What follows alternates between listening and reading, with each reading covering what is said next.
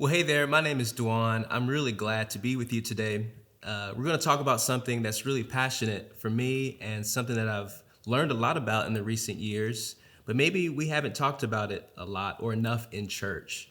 We're going to talk about creativity. I believe creativity is something that's important to God's heart and important to what we do here on earth.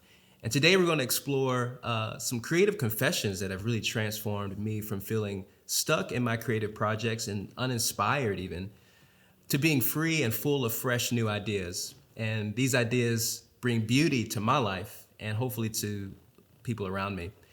Let me start by saying I was raised in church. I know a lot about church and really grateful for that background. I joke because my grandfather on one side was a Baptist pastor and my grandfather on the other side was a Pentecostal pastor. And I don't know how I made it out of that situation, but it was a blessing to me because I got to learn so much about my faith, and when I met Jesus, I had a foundation to grow on. I fell in love with Jesus through music, singing in the choir, playing piano. I met my wife here in Nashville. We met at church, and we have two amazing kids together, and I'm currently a worship pastor at a church here in Nashville. And through that church, we are really excited to do creative things all the time. It's one of the most creative environments I've been in.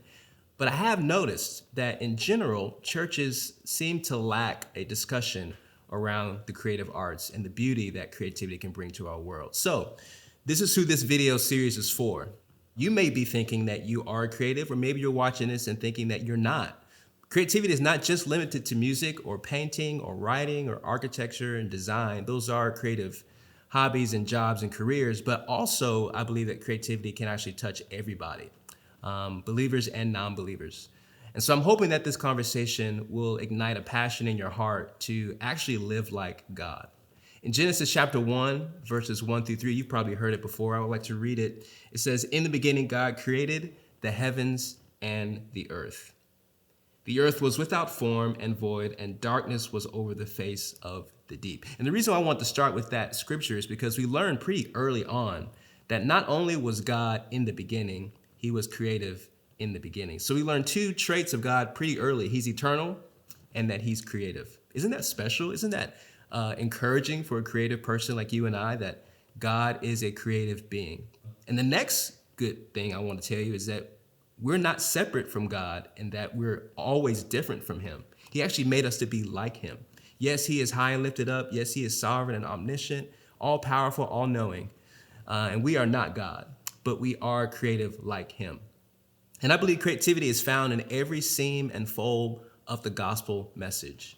The story of Jesus, who is the fulfillment of scripture, starting from the scripture I just read all the way through the Revelation story.